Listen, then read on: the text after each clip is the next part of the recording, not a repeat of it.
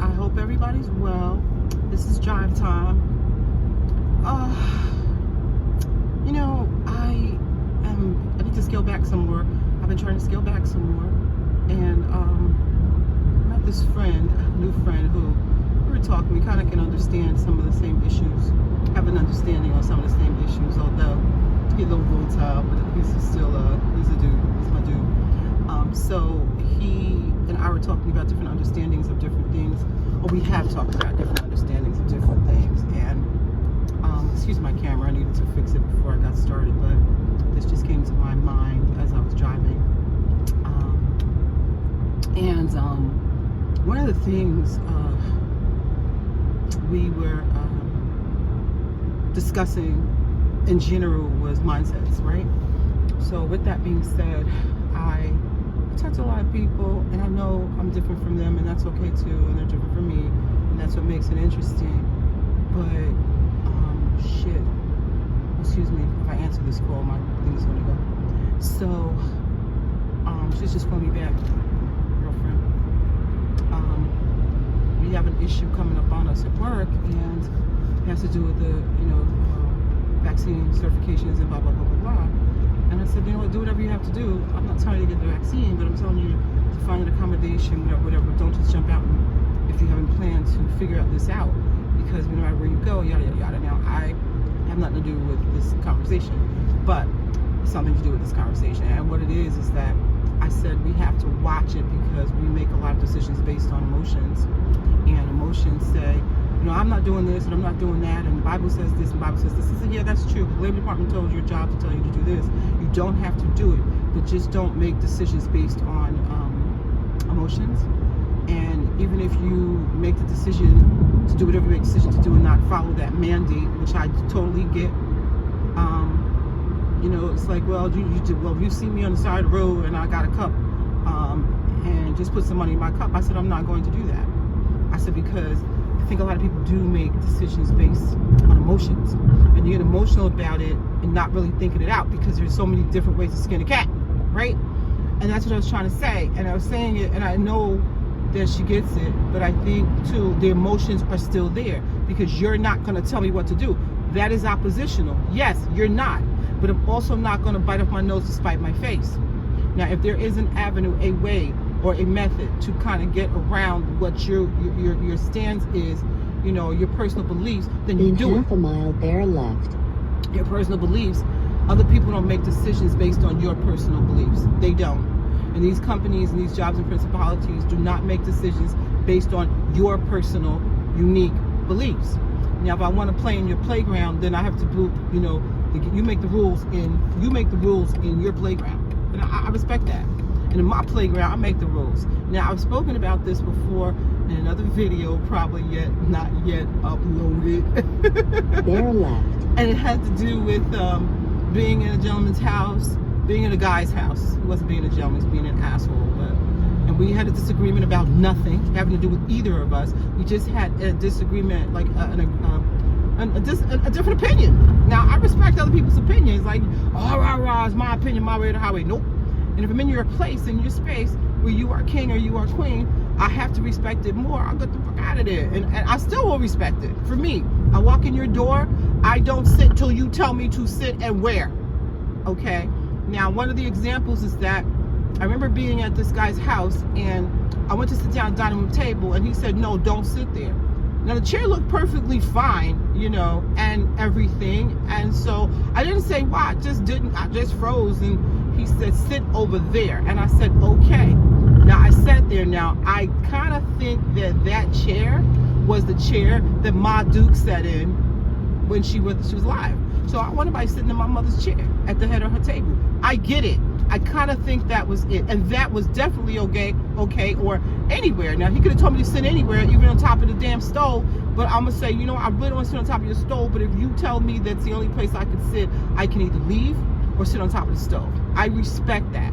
So he said, don't sit in that chair. And I'm okay. There was nothing different about that chair than the other chairs. And they all had arms. But I think it was maybe her chair that she always sat in. And hey, what if I sit in his mama chair? You know, I am mad at him, okay?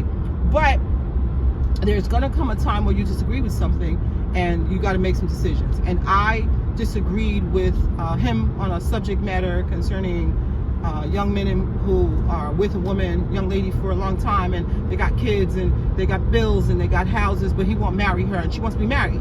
And I said, and then she's gonna stay in the fight because she's not gonna be building a bear for 20 years, making him his best and giving him the fuck away to Susie. So he told me that I was hating, that a guy needs time to know if that girl is the right girl for him. I said, that girl gave this man 3 babies, okay? And now he's still deciding, and she done went into a hack with him on houses and bills and life stuff, and he still gets to decide whether to give her his raggedy ass name. And I'm still emotional about that, but I said, and it's up to her to say goodbye. So he said to me, well, you just hate. And I said, no, my husband asked me to marry him in 6 months. And I was like, no, because I just met you. And I'm marrying nobody I met in 6 months. 6 months later, he asked me again. I just met you, and I'm still not marrying nobody in 12 months. Let's just take our time with this. So then 6 months after that, he said to me, listen, let's get married. And I said, you know what? I really am not sure. And he's like, well, what's so sure about it? We're laying here, we're doing everything that married people doing, and you know, the babies are gonna come. And now I'm gonna be raising more kids in different places. I don't wanna be raising more kids with another woman, and I ain't married to her. That's not where I'm from. So I said, okay. So he wore me down, but he was right. He was right, okay? Don't tell any woman that I said he was right. He was right on that. And I did marry him, and I stayed married for 23 years. Good, bad, ugly, or indifferent. And so with that being said, you know, I was saying this to this guy, and he was saying that I was a hater. Like, I hate on nobody. What you got, I could get. If I can't get it, ain't for me, right? So he's like, yeah, well, whatever. A guy needs time, and if you don't agree with what I think, then you could just go home. Exit right. So I said, okay, and I kind of took it like, you can get your ass out of here. And I was like, all right. So I was cooking it, matter of fact, and I turned the stove off and I took the bacon out of the. I bring beef. Used to bring beef bacon over there because he and I both didn't eat pork. So, and in this area it's harder to get. So I would bring the bacon from my house, and I would cook it. So I took the meat out of the pan, and I then in half a mile, take exit 136 to the right toward Linden, and then bear right. 136. And then I went downstairs and got my stuff. Why would you speed up, sir? Got my stuff, and I proceeded to get ready to leave. So when I got ready to leave, he's like, where are you going? I said, listen, I have my own keys, I have my own purse, and I have my own house. I am not going to stay in your raggedy ass house. And you told me to leave. He's like, no, I didn't tell you to leave. I said, no, take you are the exit 136 to the right toward Linden. You are the king here. And you said if I don't agree with you, then I can go. And I don't agree with you, so I'm going to go. You know, he's like, oh, wow, it's like that. I said, no, you just let me know more of who you are. Because if I was a different kind of woman who didn't have her own ability, I would be here under certain circumstances I'm not comfortable with. You know, like, who says right that? onto Centennial Avenue and then turn left. I said, who says that? Like, who tells somebody if they don't agree with them to get the hell up out of here? In different words. You know, that's got to be a hard thing, you know? So, and I'm leaving. And then he's like, well, why you got to go there? I was like, what, say your raggedy ass house? Well, I don't think your house is raggedy, but the point is, I'm just being a smart ass. Like, I can come and get the hell about your raggedy ass house, you know? Avenue. So, you know, I did leave. He tried to convince me to stay. But see, there's also this thing, oh man, I missed my, I should have made this way. I want to go this way. Could you let me get over, sir? He's not going to let me get over, sir. I'm going to get over. Okay, sorry. And so, thank you. And so, he, and that was that. And I went home, and we talked about it later too. And he was trying to explain his position. And I said, I agree with your position for you. I don't agree for, I'm a woman, and there's so many of us give ourselves and our everything. We build this bear, and then he gets to decide if, you know, he wants to be around. Now, if she was with him for 10 years, and she met him, she was 20. She's now 30, and she's got 3 children. And if she meets someone else, he's got to deal with her, the 3 children, and whatever connection she's got to this man. And this man's going to make a decision about her life based on him being sure after 10 years. Like, I don't think the fuck so. Not for me. Okay? And the defense of what my husband said was like, nah, baby, we're not going to be here doing this thing that pretending. We're going to do it. Let's do it. If it don't work, then it don't work. But I don't want to be raising kids in different places with yet another woman, and we just testing out stuff. Then we got kids. I got kids everywhere, you know? And he was right. And me not protecting myself and being whatever kind of lackadaisical crazy I was being, you know, I didn't think that this was really an honor for this man to care enough to say, hey, I'm with this woman, and, you know, we dig each other, and let's just do this, instead of still doing the same thing. Now he's with woman number 3, and now he has a child with her, and now he's over woman number 4. Your kids are scattered all over the places, you know? So with that being said, the emotional thing is what, you know, I was trying to explain to him. And the fact that, you know, we make decisions emotionally. Now, he got emotional with the fact that I did not agree with him and told me to get the fuck out of there, but in a nice way. Like, if you don't agree with my opinion here, then you gotta go. And I said, okay, I don't, and I go. Now, there are times when, if I was living there and he was paying all the bills and taking care of me, I had nowhere to be, I would have to go along with that.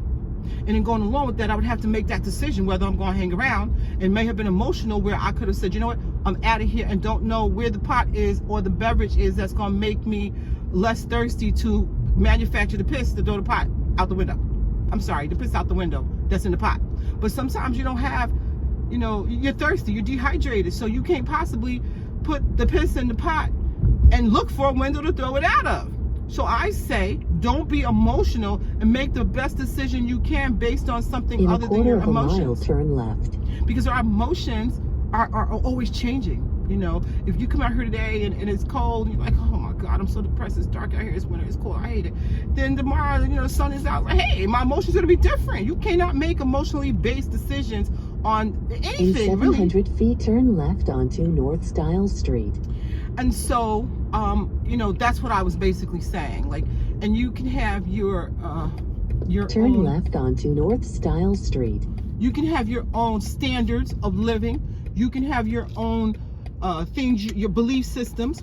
But I'm finding we are the people of compassion, and we are also very, very emotional. We have the right to feel the way we do, but do not make a decision based on your emotions and think that, you know, principalities are going to accommodate that because you don't believe that people should be eating pork.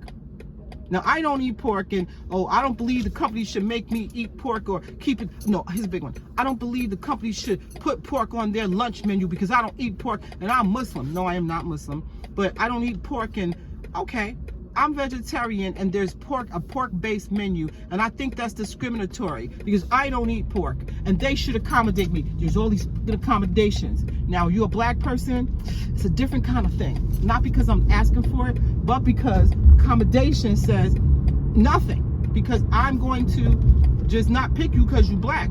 Now I gotta ask for accommodation for being black. I can't rip the skin off. That's a different matter. But a certain thing, like somebody's a vegetarian, they don't like to know that there's pig on the menu because they think pigs are pets, you know, and now accommodate me. Or I like to have sex with the same sex. In a quarter of a mile, turn left.